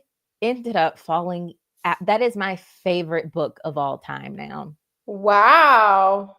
That ending That is a bold claim, madam. I know people are gonna be like, "Well, wait till you read da, da, da, da, da," Oh, but yeah. No, I'm not gonna say anything, but, like, that's obviously it's made a significant impression on you, which is great. I can't think of anything that's had a better ending than that book. Okay. I feel like you don't agree. I really struggled with The Way of Kings. You did? I did, and to many people's surprise, probably, I just DNF'd Wind and Truth, which is something I never thought I would do. So Okay. I am really surprised. 2 years ago now was my year of Sanderson, and I read almost every Sanderson book in a year. Wow. And Mistborn was the one that got me back in. Like, I started my YouTube channel with Mistborn. Okay. Um, I really enjoyed it. Like, I'm not gonna sit here and say I think it was groundbreaking literature, because it wasn't, but it was, for me, fun, and it hit at the right time. I was 6 months postpartum, I needed a distraction, and I was Mhm. like, "This is a good distraction." And I then just was so happy that he had a plethora of books that I just dove right into. And when I got to Stormlight Archive, I was like, this is not like any of his other books, and I don't like this. So, like, what is happening? And for me, it was, I've come to learn that for myself, I'm really picky with epic fantasy. It's not my Okay. favorite subgenre of fantasy. I struggle with it quite a bit because I find it unnecessarily long a lot of Truth. the time. I find that it can get bloated, and I feel like a lot of the time women are very poorly represented in fantasy. So when I picked up The Way of Kings, I was very interested in Kaladin's character, but I struggled so deeply with Shalon. Like, Oh, I that's how you say her name? oh, Shalon? yeah, Okay, I'm yeah. wrong. I Okay. said Shalyn for, like, the longest I time, but did then that's how I yeah. say it. So here's the thing. Say it however you want. But when I was listening to the audiobook, they were like Shalon. I was like, who is that? And I was like, oh, Shalyn, gotcha. And like Adolin was the other one. I called him Adeline. So I was like, Me. all right, we're just making up things now, whatever. And I just found that that book could have been like 300 pages shorter, and it would have hit all the right notes for me, and it would have been fine. And I took a really long break between reading Wave Kings and Words of Radiance. But when I got to Words of Radiance, oh my God, incredible. I was so hooked from the prologue to the end of the book. There was only one section. It was one interlude specifically that I did not like, and I loved the rest of the book. It was without a doubt a 5-star read for me. And I was just so immersed. And then I went back to back books 2, 3, 4. Like, I did Wow. not read anything else. I just read Stormlight Archive.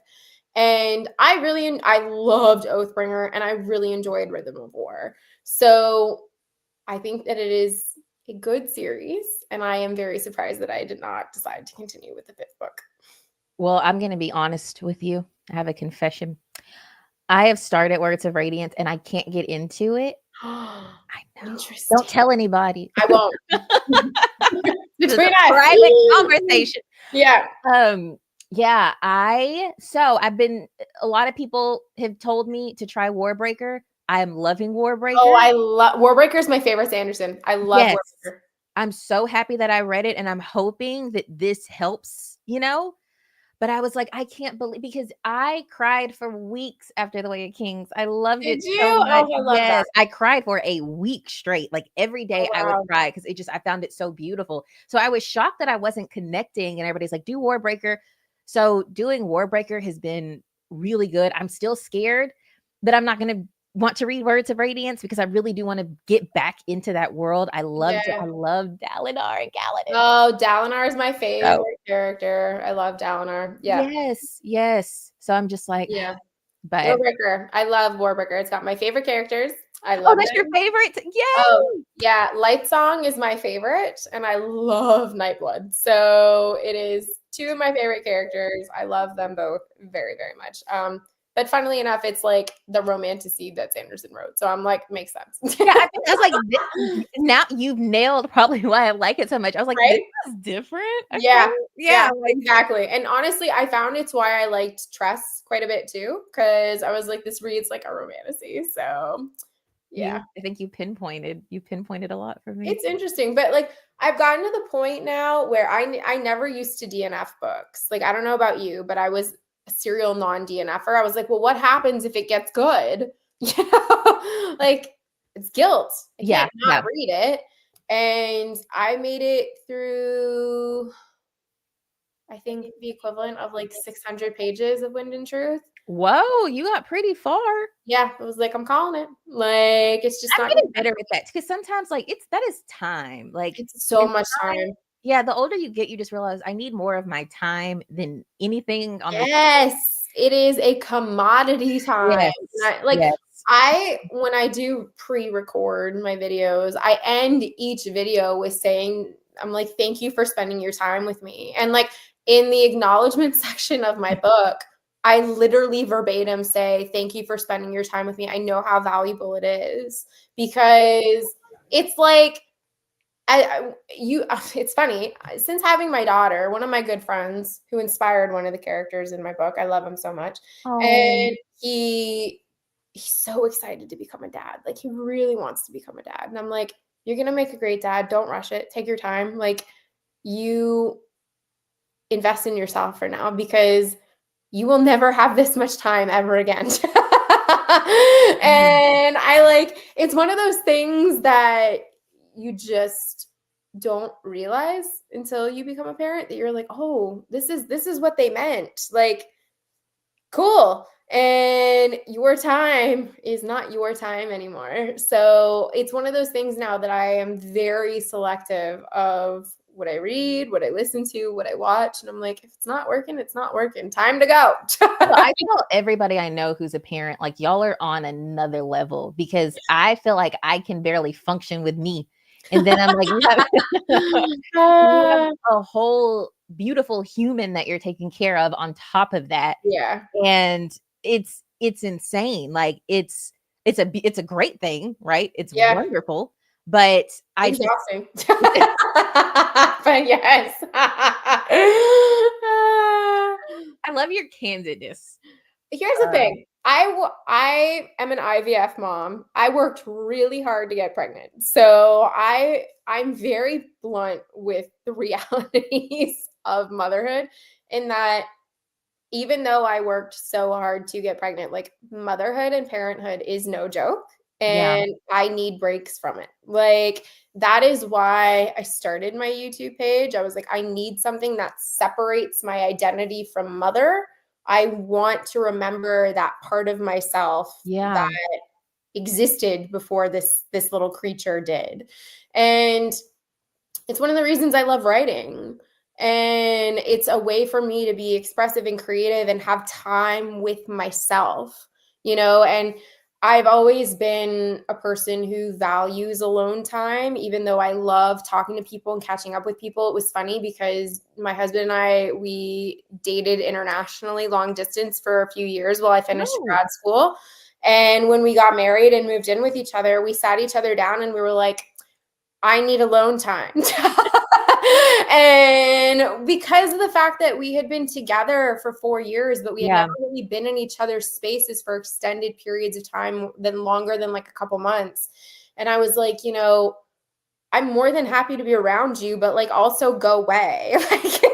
Why are we the same? I get it. Right? I Like, yeah, it's just you need that time in that space. And yeah, it's been a really interesting experience since having her being like, I'm allowed to DNF a book. you are definitely allowed to do it, especially a book that's over 1,000 pages long. Derry, this is so true. Like before we had our daughter, I Yes, would I take miss trips you. back home to Canada and be like, I can miss you now for a couple weeks and then come home a better wife. I get it That's so much. perfect. I get it so much. Oh man. Yeah, it's just you gotta go with it.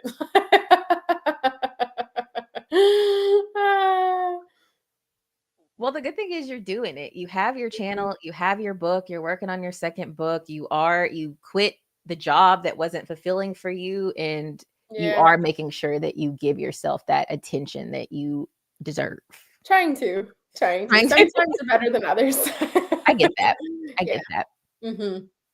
But as she gets older too, I think that's gonna make a difference It makes for sure. a big difference, and we're getting to a really interesting age where she's talking so much and she catches on to things. Like, she picks up my book and she goes, "Mama's book," and I'm like, "Oh, wow." Like, that that's mine. Like, 'cause she'll just point to the other books and be like, "Books." And then she points to my book. She's like, "Mama's Mama's book." book. And I'm like, "You can't read this." So, yes. That's amazing. But yeah, it's fun. It's different for sure. I feel like I've learned so much about you, and I've enjoyed every second of it. I need to know how the Opposite Attracts book club came into fruition, existence. Fruition. Well, it's funny because, Murphy and I, when we talk, we don't really talk about books or manga. Like, we it's interesting. We talk about life, kinda like you and I are doing right now. Like, we Mhm, talk more yeah. about stuff like that. And so we randomly sometimes will bring up books, and I was talking about, I think, A Court of Mist and Fury. Somehow we were Oh, talking, yeah, I think it was that book, and we were talking about, her reading it and her we least favorite, yes. her favorite.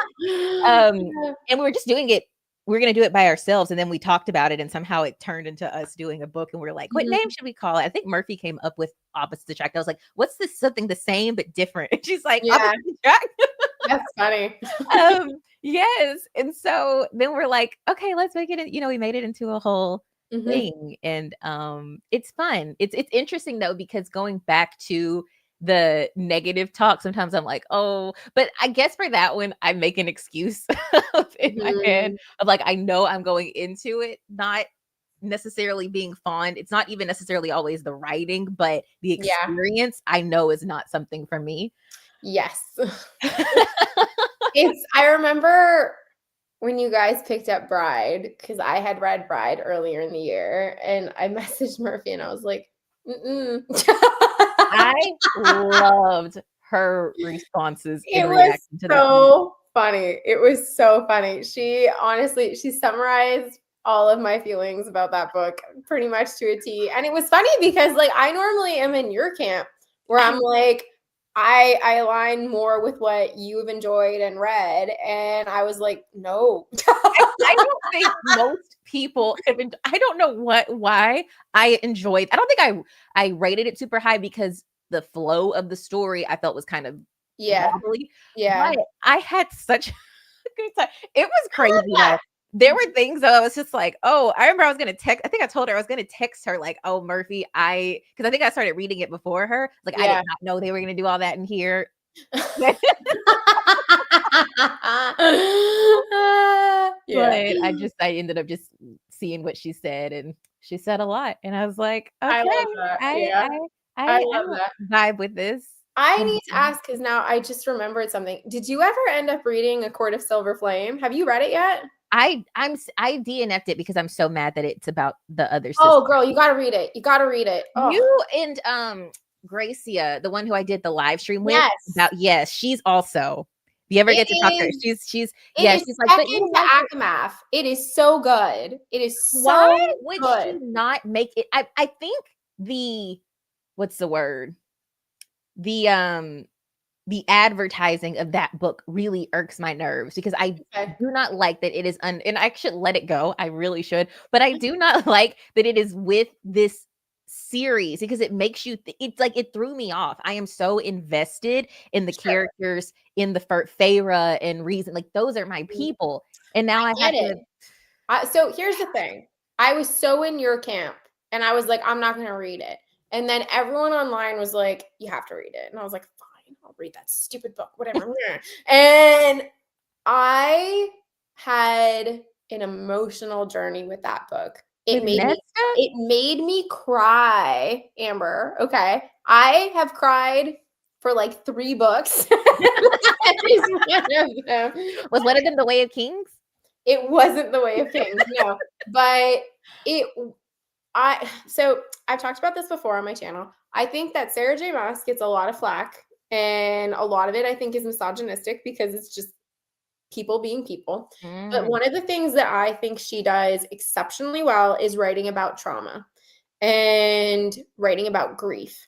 And that book is a book on trauma. So it is not just Nesta's trauma, but it is the found family that she makes trauma. It's such a healing arc throughout that book. And most people that read it, not everybody, most people come around to Nesta saying either they love her, like I freaking am team Nesta all the way. I'm like, girlfriend is ride or die. I love her. And some people are like, you know what, she's fine. Like I used to hate her and now she's fine. But very few people still feel the same way about her at the end of that book as they do when they start it. And I think that alone is so interesting. Just seeing how you can do like such a 180 on a character. It's so good. I would read it with you. You would? Yeah. I've been dying to reread it. So I would definitely read it with you. Okay. So here's the thing. I was going to do Iron Flame this month because I bought Onyx Storm because I just wanted it for special edition. I need to read, but maybe I will because I need to pick one. Maybe I'll commit to this because I would like to finish it out, but I'm holding a grudge over this, and it's terrible. I get it. I will say what I would suggest if you could do the audio is the graphic audio. Because what is graphic audio? People have mentioned that to me. They hire a cast of people to play all the individual roles. So every character in the book has their own voice, and it feels like a movie in your mind. Like it's so great. And the voices cast for ACOTAR are really wonderful. So highly, highly recommend that. Maybe this will be my first audio. I'll probably have to do at least like half of it. Good graphic audio, is it? It is. Like it's so good, honestly. Like, and I just only listen to those. Like for the ACOTAR stuff, like I only do the graphic audios now. I'm like, why would I even do anything else? It's so good. So yeah, I highly recommend the graphic audio. I do miss that world and those people. I may do that this month. You let me know because I am game to listen to my graphic audio whenever. Okay. I finished my Emily Henry reread earlier today, and I was like, I need another book. So. I find it interesting that you really like Emily Henry. Oh, I love her. Especially you not being in. You said you weren't into romance. Can I give you 1 second? I need to change the battery in my phone. I'm so sorry. Go for it. Sorry, all this always happens. I will go through a few comments here. Okay, perfect. Mary, I love that you've been giving us so many. I appreciate it so much. Thank you. That is very, very sweet. Yes, you don't even remember what it is to have time. Like at all. This is very, very sweet. Thank you, Derry. You are being very, very nice to me. But yeah, highly recommend the graphic audios. Like perfection. But Emily Henry, we had moved on to Emily Henry.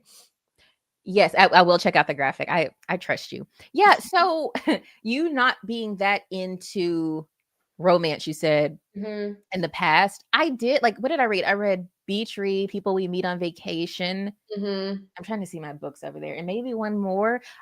It's not that I didn't like it, but I didn't love it. Beach Read was probably my favorite. Okay. Um but I don't know. I don't know what was it felt very it almost felt like a literary fiction book to me, her the way she writes. Yes. I do find it kind of lit fic-ish. I Mhm. don't that's the thing, like, in a lot of bookstores, she's not listed under romance. She's listed under literary fiction, and I'm like, You I know what? get it. Mercy told me I need to start looking at what the publishers list books under. That's true.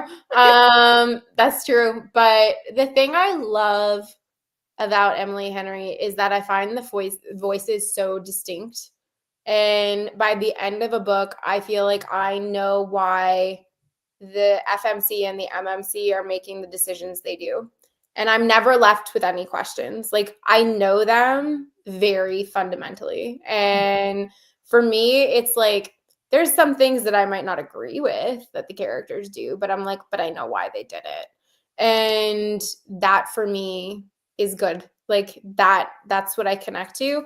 And I feel like the people she writes, I know these people, like they're Mhm. real people. And in a lot of the books, I'm like, the one I read today was People We Meet on Vacation. I finished that today. Oh, you did? And Okay. I love People We Meet on Vacation because Me Alex, I think, too. is so funny. Yeah, he's just so neurotic. And I'm like, I think he's definitely on the spectrum, which like I worked as an ABA therapist for years. So like I love that type of representation in the book. And I'm like, I just feel like I can pinpoint to these characters and be like, that's like this friend of mine, or that's like this ex boyfriend of mine. Mm. And the situations feel real and plausible a lot of the time. Whereas I'm like, some romance novels, I'm like, guys, this is never happening. Those are the ones I like. I'm like, some billionaire isn't showing up on your doorstep, and trying to win you over. Those billionaire books that get me every time. I Uh, have yet to read a billionaire, millionaire romance the or crazy whatever. thing is that is so far from my interest in life, but I Mhm. love reading books. And that's the thing. I'm like, it's funny because none of my ex-boyfriends nor my husband would categorize me as a romantic person. And like, I am very much the like, I can do like bouts of PDA. Like my husband hates it, so Mm. like I would go out of my way to like make him feel uncomfortable in public because it's fun for me, but like never really as a serious thing. And like I don't celebrate Valentine's Day. Like it's just not a thing for me. And I'm like, all of these things in these books are, I think, very beautiful, and I would do none of them. So it's almost like I get to live vicariously through people that do. And I'm like, that That was a could great be experience that I yeah. now don't have to do. Yeah, I think it's cool watching them do it. It's like, "You do Right? your thing, girl. Over here, we're Yeah. good, but And I over mean, there." yeah, no. And part of, I think, what is so appealing to me about romance now is that I've been with Josh for 12 or 13 years. I can never remember. Wow. And I'm like, it's like getting to fall in love again every time I Yeah. read a romance book. I'm like, what a fun feeling. Like, Yes. I don't have that newness anymore in my relationship. A lot of the stories we tell each other now are repeats, like there's very little stuff that we go, oh yeah, that's brand new. That's great.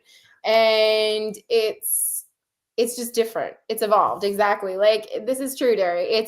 It's a very different type of love. And it's fun though, because like there's nothing wrong with admitting that you miss the first times. No, And I think it's healthy. it I think it's is. a lot healthier when you can say, "Hey, like, things aren't the same." Yeah. I don't And things don't always yeah. it's okay to miss that, and you can have new first experiences and so on and so forth. But like without actively leaving your relationship, the way to experience that again is to read a romance novel. And it's so fun. I'm like, this is great. I love it. It's all the things I need. They need to have you speak, like, have some kind of seminar.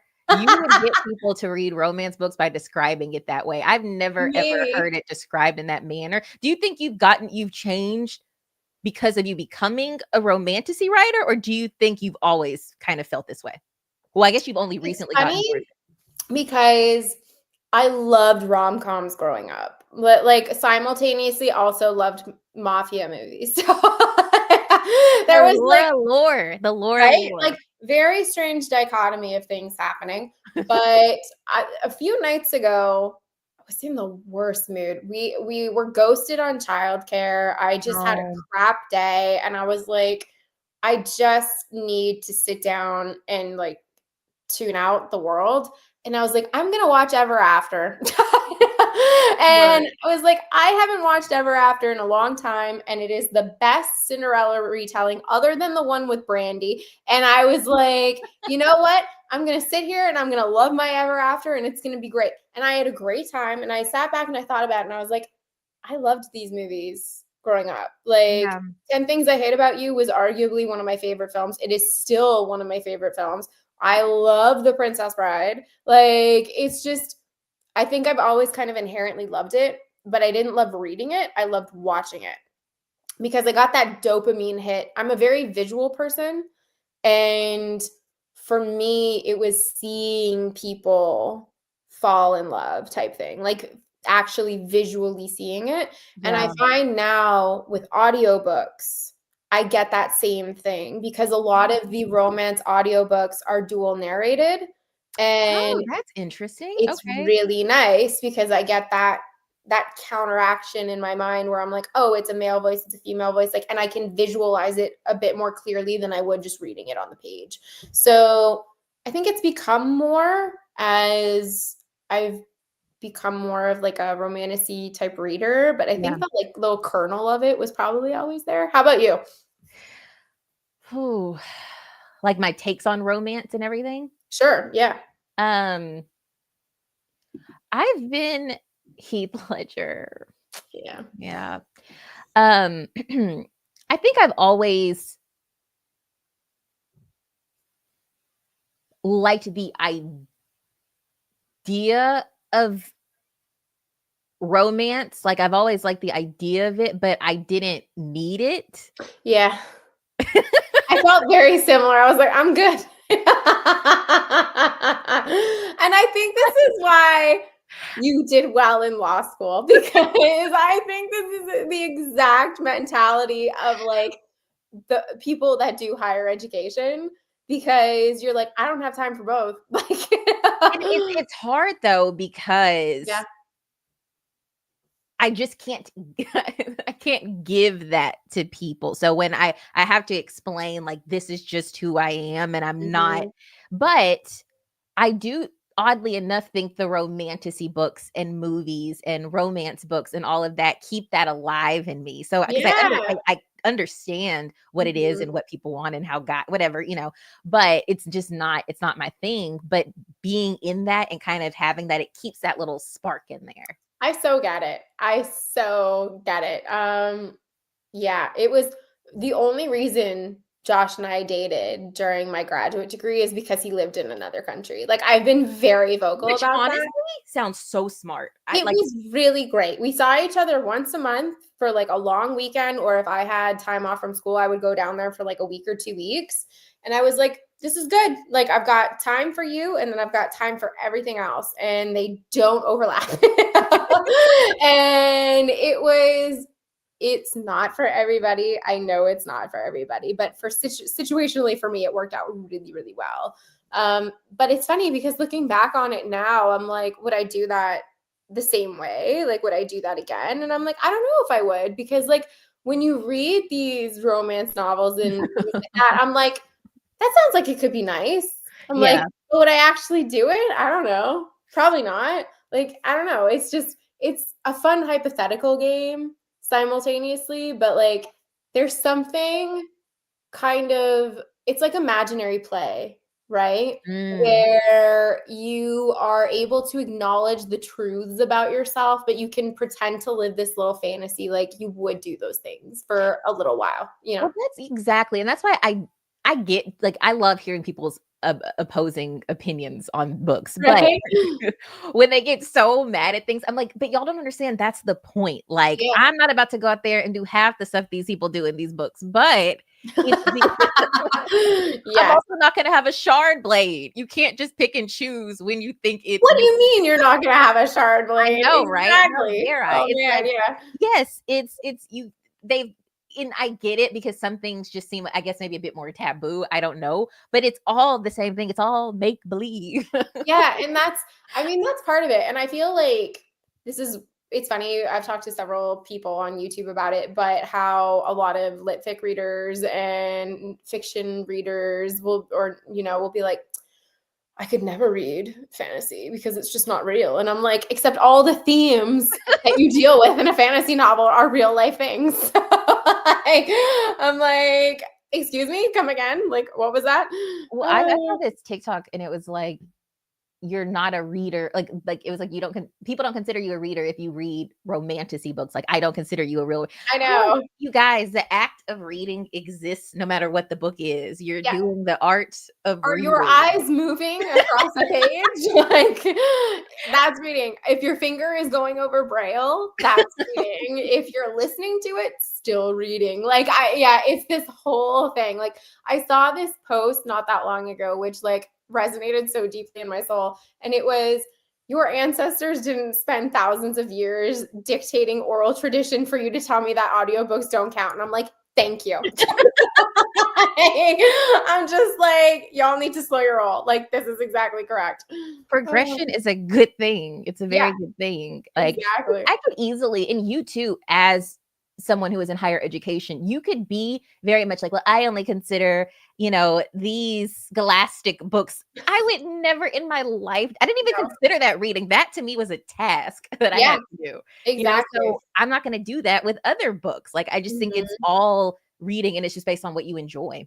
Yeah, I had a lengthy chat about this with Joanna from Joanna Reads. Yes. And I was saying how the reading community has ascribed levels of intelligence to specific books. And a lot of the time it's not warranted. And I said, if we look at things like what I call classics are ancient texts, not like Dostoevsky or like Mm, Austen and things like that. Like yeah. classical history is what I studied. I'm like, it's ancient, so it's Mhm. classics.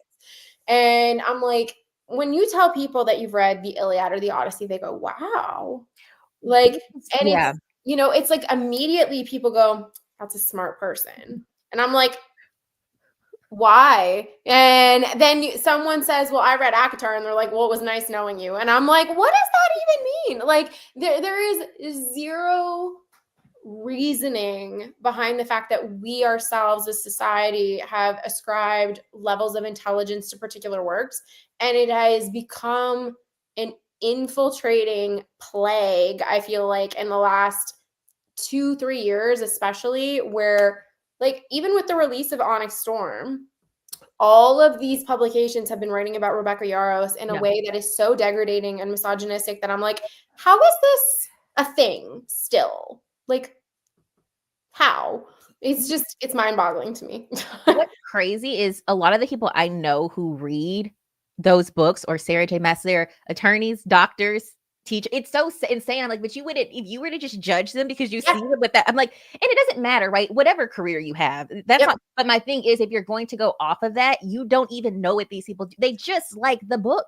They Exactly. And it's exactly that. And one of the things, the most consistent thing that I have seen from people is that if you want to push yourself as a reader, there's nothing wrong with that. If you want to read something challenging, if you want to pick up an R. Scott Baker novel and persevere to finish it, good on you. But the majority of people are floundering and are desperate to stay afloat, and they want to disengage with their life and read something fun. And there is nothing wrong with that. That's a good thing. And the fact that so many people, specifically women, have found resonance in these books, like, it's a wonderful thing. Exactly. Fourth Wing is fun. Thank you, Murphy. How are you? And it is one of those things that it's like, you are entitled to not like it, but there is no reasoning to say this forms my personal opinion of you. You know, like it's just ridiculous. Like you said with Onyx Storm, I'm like, can y'all, before you at least tear it down, be like slightly happy for her? This Right? is incredible what she's doing and how social media has Yeah. changed the landscape of reading and the push of books and that her books are selling. Like, I think all of this is so good. And like, Mhm. let's just let them have a moment. I get it. You think that Seriously. And I'm like, you don't have to like every author. You don't have to like everything that they put out. But regardless of how people feel about Rebecca Yarros, I'm like, what she has done for books in the last few years is amazing. Like, we haven't seen these numbers since Harry Potter. I'm like, that's pretty incredible. So why don't we celebrate books? celebrate. Let's just Exactly. enjoy reading. It's a celebration. Let's have a. Would you ever? Are you gonna read Onyx Storm? I did read it. Of course you did. I binged it the day it came out. I specifically made sure I had childcare that day, and I was like, I'm taking a day for mama, and I'm listening to Onyx Storm. Tell me why. I didn't even finish Iron Flame, but the minute it was out, I was going to every Barnes and Noble to try to get that book. Again, highly recommend the graphic audio for Iron Flame. I should do that. Mm-hmm. I should It's do so that. good. It's so good. You liked it though? The third book? I had feelings about it. Oh no. Okay. Here's my hot take is that I really do not connect with the narrator that does the regular audiobooks for that series. So okay. So you've done all audiobook for her book. So you've gotten used to I did I read Fourth Wing Okay. in physical format. Well, I did an ebook for it. And then I did the audio for Iron Flame. And then I forgot how much I disliked the audio. Oh, and so then you got it again. And then I got it again for Onyx Storm. And I was listening and I was like, well, I already bought it, so I'm going to listen to it now. And by the time I got to the end, I was pacing around my house because I was like, the way she says names is wrong. Like, it was driving me absolutely insane. And normally, like, I don't really care. But the thing is that all of the dragons have Gaelic names. And I did hear people complaining about stuff like that. And yeah, and like one of them is spelled Teine, which if you're still saying it incorrectly is tine, but that's still wrong. She kept saying tiny, and I was like, stop. I had a visceral reaction that like my eye felt like it was twitching. I was like, I just can't do this anymore. So I'm gonna reread it in physical. I was gonna say, do you think if you did it that way? Well, good. So then maybe by then I'll be caught up and then we can talk about do it together. The other one, what's the one that I said I would read? Solar Flame. Yes, that one, Onyx Storm. Okay, that's cool. Yay! I'm excited for you. Oh, yes, I am. I am something. I'm trying to figure out how I feel, but I probably will end up loving it. It's a journey. That's all, and like the thing is that what I told myself is that I don't know about you, but when I read ACOTAR for the first time, spoilers, y'all, but ACOTAR has been out for many, many years. So if you don't want to listen, 3, 2, 1. As soon as Reese showed up in book 1, I was like, him. I was not a Tamlin stan at all. I was like, go away. Just go away. I am all like, I love a morally gray character. So I was like, oh, I'm all here for Rhysand. So I was like, the fact that we went on such an emotional journey with Farah from Tamlin to Rhysand, I was like, I will trust her with this journey with Nesta. And see, you're talking about what frustrates me because what is that book called? A Court of Wings and Fury. perfection. Oh, it's so good. Amazing. I want Murphy to read it. I told her, I was like, you should read the last one. It's so good. She's probably not gonna read that. But maybe now that she's like in fourth wing, maybe she'll give it a shot. I didn't know she was reading Fourth Wing, so I love that. But Yeah, we just talked about that recently. So yeah, she Okay. said she's enjoying it so far. Love that. But you cannot have a book as good as that. Okay. Oh, you It is. can't. And You then can't. you go to a different character, Laura, like a whole different. Again, I'm it telling you, really makes Amber, it- I'm telling you, I'm not leading you astray. It is, I felt like, I don't know if I have ever felt another book where I felt my womanhood as strongly as when I finished that book. Really? And yes, it was such a journey of sisterhood in the found family that is created in that book, and it deals with heavy topics like sexual assault, it deals with abuse, physical abuse, it deals with emotional abuse. Like there is a lot of stuff that is layered in that book, and I felt like it was one of the first and only times where we were hearing from females' perspectives to other women. And it was being openly listened to, respected, valued, and cherished. And I was like, that is just not present in literature, especially in fantasy, because it's usually we have our main female character who is driven towards male main character, and women can sometimes be the friend, but they are sometimes the adversary. Yep. And in this case, it was just beautiful relationships being fostered where they shared such amazing things, and oh, it's just beautiful. I love it so much. So yeah, it's a beautifully written book, and also it's spice in that book and Cassian v. Cassian. So it's a great. Oh, I do love him. So it's a great book. Laura, I can say though, Murphy would hate it. she would hate it. Yeah. We had to get her to read it.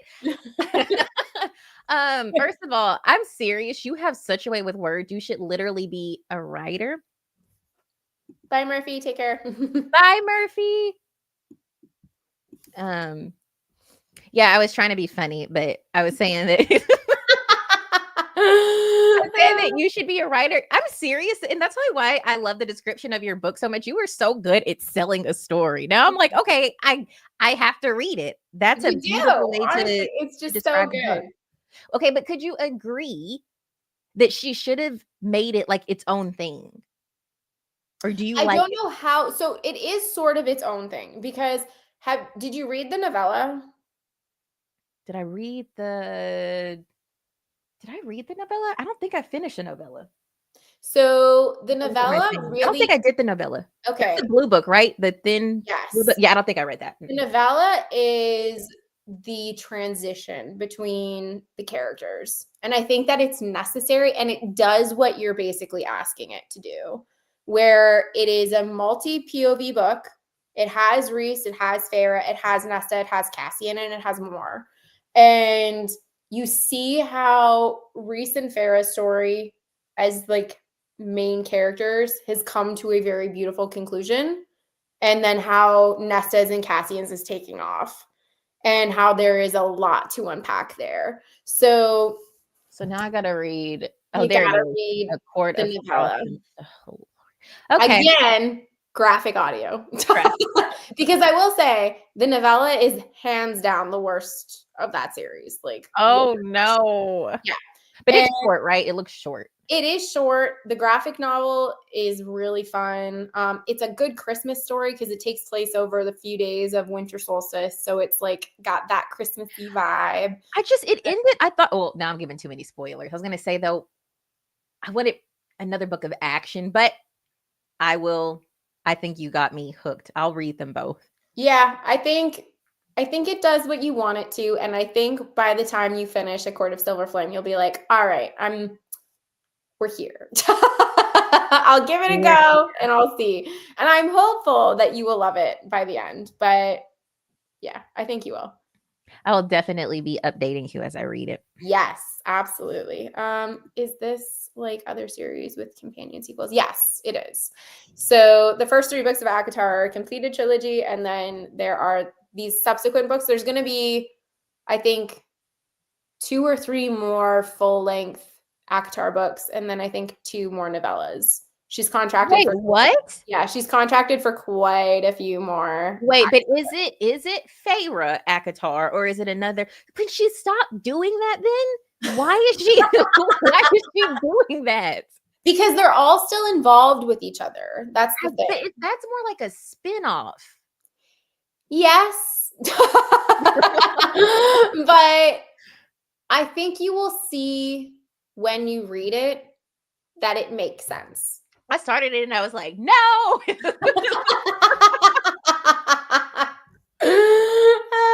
your gavel up. No. Gracie prepared me. She's like, I know you like how things are, but like she still said she enjoyed it. She's like, I'm just telling you. But even though I knew that when I opened it, I was just like, I will say, if it makes you feel better, pretend that it's not the same name and just tell yourself it's called Silver Flames and you're like, brand new book, and settle in. actually a great idea, so I can let this go. Right? And you will be totally fine. Okay. Fine. Nalini Sin's Guild Hunter series has one couple at the center. The first 2 is secondary character, and those being the next book is, I mean, it's kind of like romance books that do that setup, right? Where you meet a character in book 1 and then their book comes later type thing. Like, all of the Bat brothers are gonna get a book is how it's gonna work. I, on the other hand, am just sitting here waiting for Lucian's book, not patiently, because I just want my Lucian book so badly. I'm like, deserves everything, my foxy Lucian. I'm trying to remember how I felt about him by the end of the book. Oh, I love him. Third I book. love him so much. Oh, he's so sassy. Okay. So when I hadn't read Romantasy before this year or last year. Like, I don't remember what year we are. This last year. And my best friends were like, we want you to read Fourth Wing. And I was like, fine, I'll read it. And of course I loved it and had a great time. And then I was like, okay, what's next? And they were like, ACOTAR. And I was like, okay, fine. So I picked up ACOTAR, and I have receipt texts of saying, this is just sexy Beauty and the Beast. I don't know what's going on here, but like, this just feels like Beauty and the Beast. And I started complaining to them. I was like, the crime of this book is that Farah is not pining for Lucian, because Lucian is the better choice between Tamlin and him. Like, hands down, Lucian.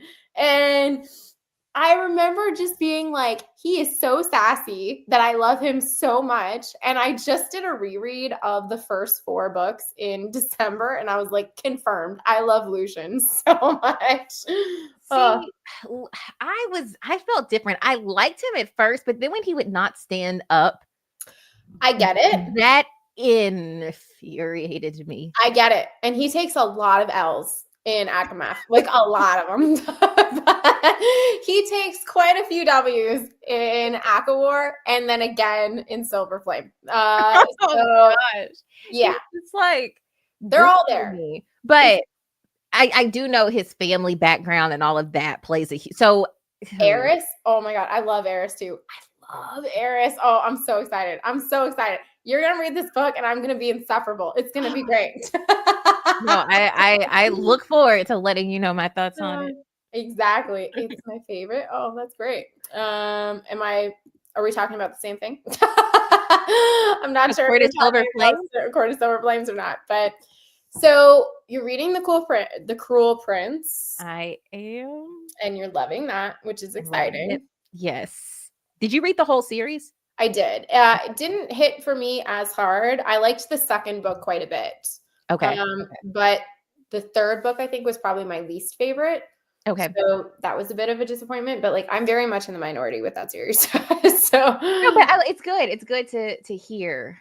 Mm-hmm. So I found it a bit too YA for me personally. Yeah, it is. And see, I used to be a big YA reader. Yeah, so I never have been back to that. Yeah, but I can see why it would be like. And also, I read Powerless last year, so I'm kind of back in that vibe. Yeah. Yes, I get it. I get it. Do I need to read ACOTAR for Throne of Glass? No, you do not. Nope. No. I'm going to be starting Throne of Glass probably in Are March. you? Okay. That's a commitment. Did you like it?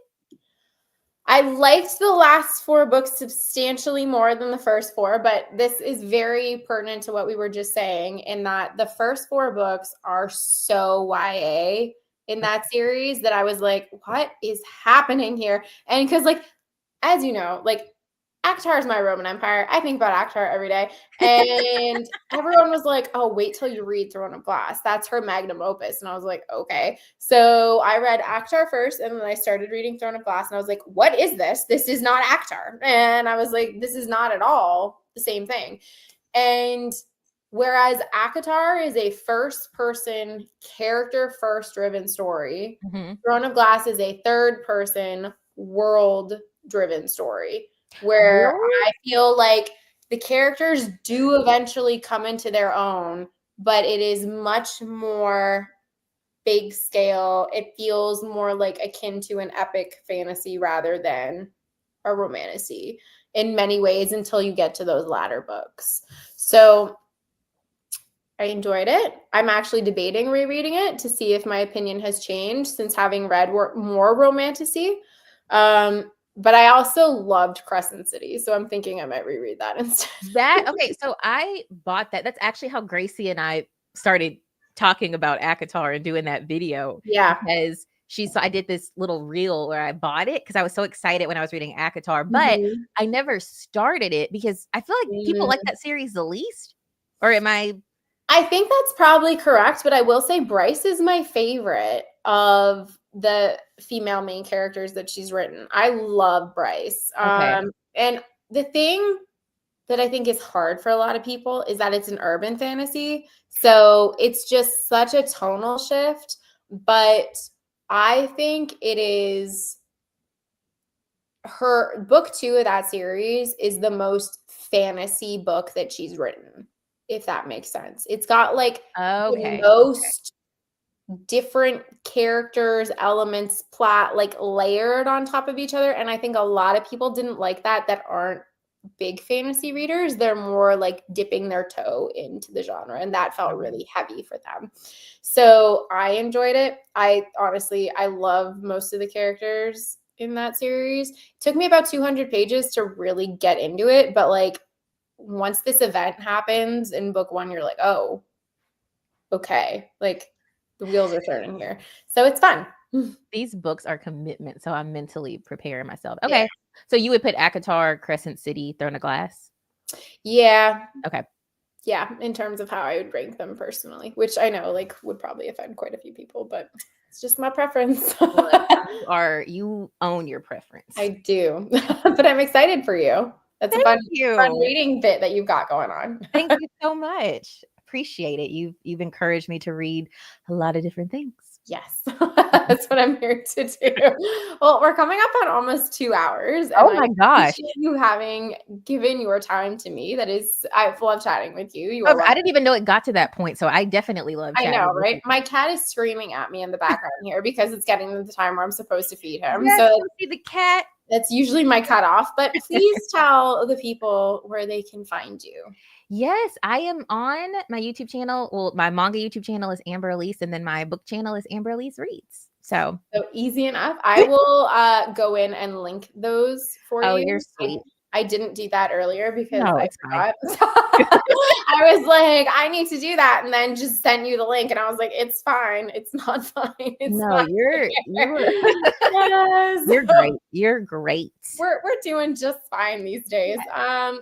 Thank you all for coming to hang out with us on a Monday night. I know this is a bit different, but it worked for our schedule. So we hope that it worked for yours. If you are watching us on a repeat, please let us know in the comments what you've been reading and loving or whatever you've been loving these days, as long as it's comment appropriate. And we appreciate you being here. As I said, as we talked about, time is valuable. So thank you again, Amber Alise, for spending your time with me. Thank you for having me. And if you've read A Court of Silver Flames, let me know your thoughts on it. Oh, yes. Everyone, drop your hot takes in the comments. As always, if you would like to help support the channel, you can do all the fun stuff. Hit like, subscribe, comment, join a Patreon, all that fun stuff. But no pressure. It's not a big deal. So we will see you next time, though. You don't leave. I'm going to hang out with you for a minute. But everyone else, we will see you next time. Get to hang out with Laura. Bye.